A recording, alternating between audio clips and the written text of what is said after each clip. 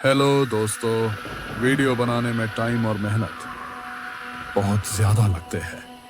आप लोग सब्सक्राइब किए बिना ही वीडियो देखकर चले जाते हो। प्लीज़ वीडियो को लाइक और शेयर ज़रूर कर देना।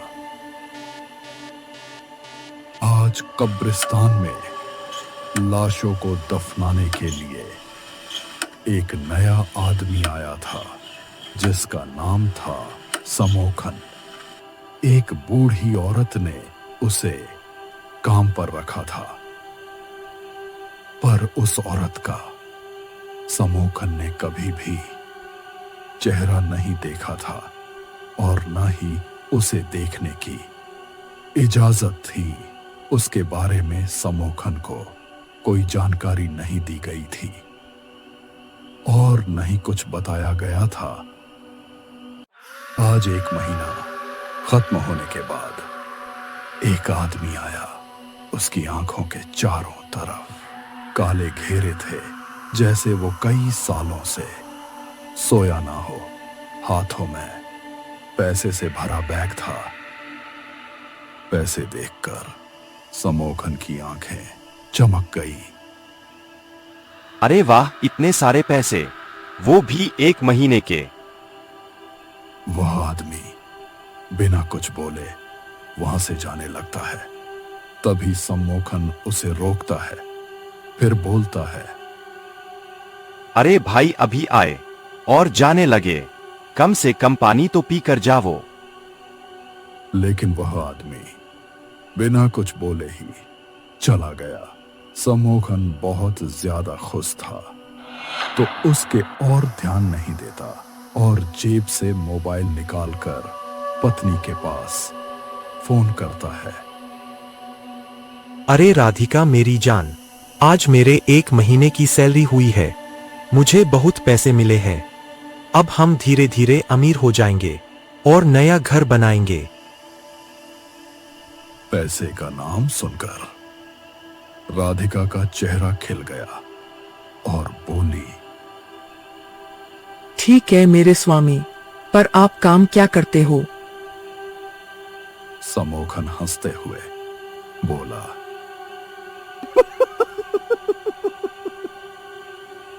कब्रिस्तान में गड्ढे खोदता हूँ लाशों को दफनाने के लिए। मुझे एक बूढ़ी औरत ने काम पर रखा है। बूढ़ी औरत सुनते ही राधिका के चेहरे की हवाइयां उड़ गईं। इससे पहले कि वह कुछ बोल पाती, अचानक फोन कट गया।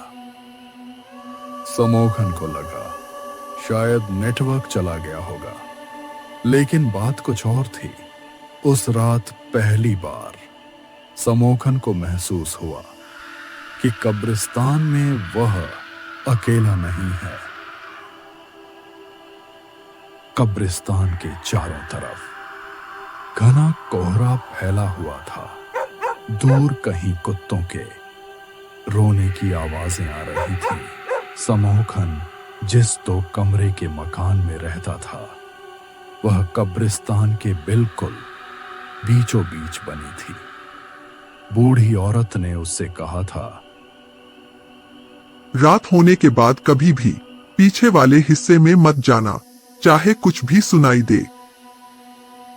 पहले तो समोखन ने इस बात पर ध्यान नहीं दिया था, लेकिन आज राधिका की घबराई आवाज उसके कानों में बार बार गूंज रही थी। आखिर राधिका इतना डर क्यों गई थी?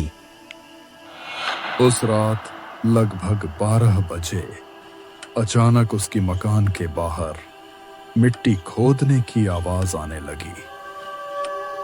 ऐसा लग रहा था जैसे कोई फावड़े से जमीन खोद रहा हो। समोखन ने खिड़की से झांक कर देखा। बाहर कोई नहीं था, लेकिन आवाज बंद नहीं हुई।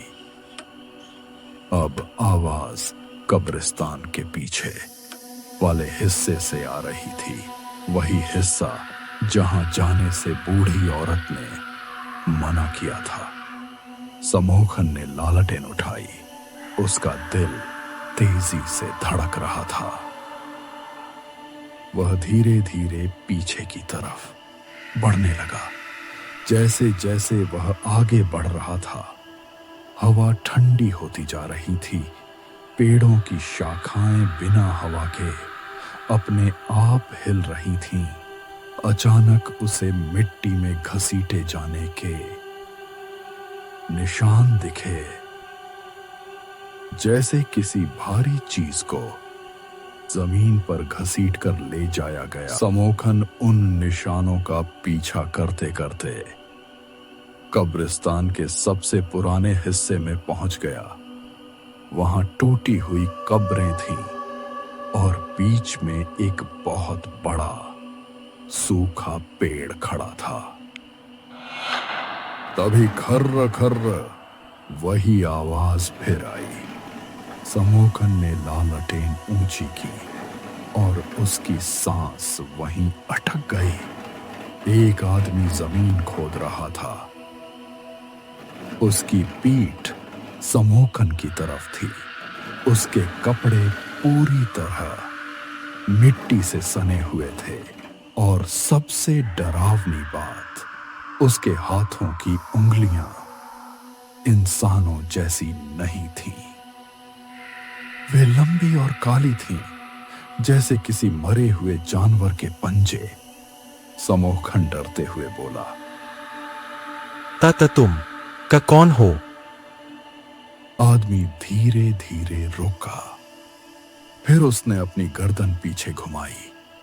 पूरा शरीर आगे ही था, सिर्फ गर्दन पीछे घूम गई।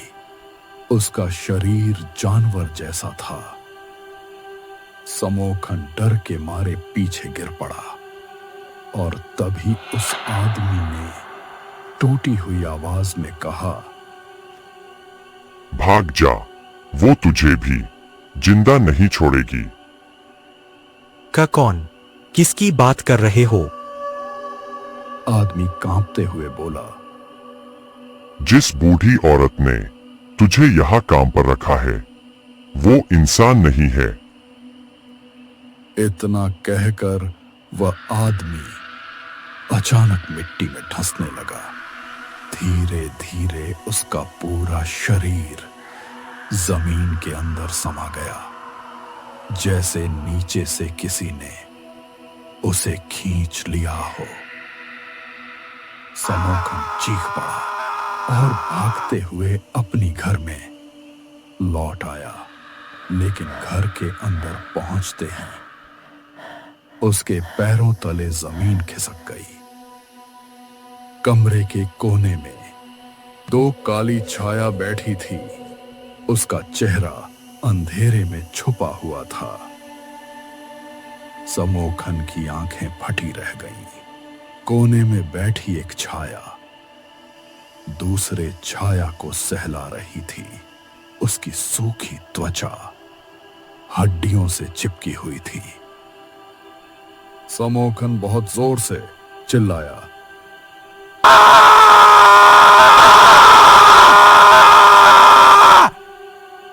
समोखन तेजी से बाहर भागा, लेकिन बाहर का कब्रिस्तान बदल चुका था। चारों तरफ घना कोहरा था। सारी कब्रें खुली हुई थीं और सबसे भयानक बात, हर कब्र के पास कोई ना कोई खड़ा था। वे लोग जिनको उसने पिछले महीने दफनाया था। उनके शरीर एकदम काला, आंखें सफेद थीं और सबकी गर्दन एक साथ उसकी तरफ घूम गई। समोखन का गला सूख गया। तभी उन लाशों के बीच से वही आदमी बाहर आया जो हर महीने पैसे देने आता था। इस बार उसका चेहरा साफ दिख रहा था। उसके होंठ सिले हुए थे, जैसे किसी ने धागों से मुंह बंद कर दिया हो। वह धीरे धीरे समोखन के पास आया और कांपते हुए कहा, ये औरत मरे हुओं को दफन नहीं करती, ये उन्हें वापस जिंदा करती है। अचानक पूरा कब्रिस्तान कांपने लगा। पीछे से बूढ़ी औरत की आवाज आई। और अब तेरी बारी है समोखन। समोखन ने मुड़कर देखा। बूढ़ी औरत अब भी काली साया की तरह दिख रही थी और उसके पास खड़ी थी राधिका। चलिए न स्वामी हमारे साथ, मैं कब से आपका इंतजार कर रही थी। राधिका की आवाज अब बदल चुकी थी, पर समोखन जानता था कि ये सब सच नहीं है। तभी उसकी जोर की आवाज के साथ जंगल गूंज जाता है।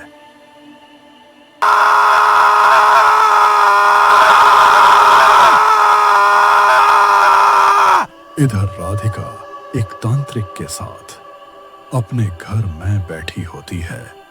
तांत्रिक अपनी जादुई शक्तियों से सब कुछ देख रहा होता है। तभी बोलता है, वो अब तुझे लेने के लिए आ रही है। मैंने जैसा बोला है वैसा ही करना, तभी समोखन बच सकता है और वह बूढ़ी साया तुम्हें असली रूप में दिखेगी। अब तो मैं ऐसा ही करूंगी।